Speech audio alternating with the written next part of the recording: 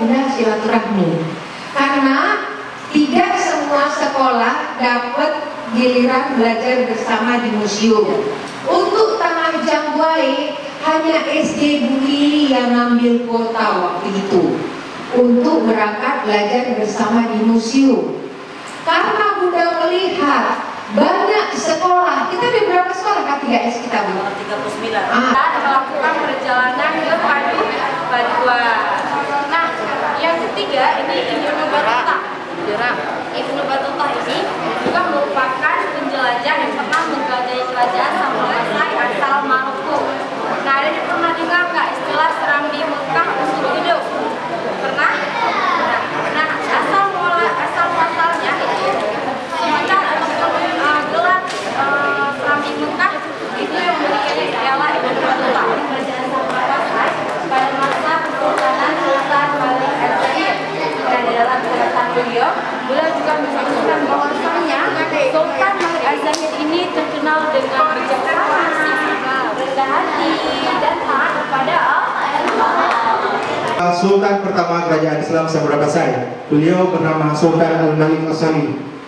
Dari mana sih kita bisa mengetahui bahwa beliau seorang sosok Sultan pertama pendiri Kerajaan Islam Samudra Pasai? Yaitu dari inskripsi pada nisan beliau, yaitu Hadal Kabru Al-Marhu Al-Maghfur Al-Taki Al-Nasibul Hasibul Karim Al-Abid Al-Fatih Al-Mulaq. Syamsul Dunia Wadin atau matahari dunia dan agama adalah seorang yang telah berperan besar dalam menyebarkan Islam sebagaimana ayahnya Sultan Al-Malik Al-Saleh. Nah, Sultan Al-Malik Az-Zahir ini salah satu Pada pemakaman yang ada di kita bagi 3 periode. Periode 1 Sultan Malik Saleh Malik Zahir. Periode kedua itu ada Sultanah Nahrasyah Zainal Abidin Abu Bakar. Periode ketiga ada Salahuddin, ada Kamil, ada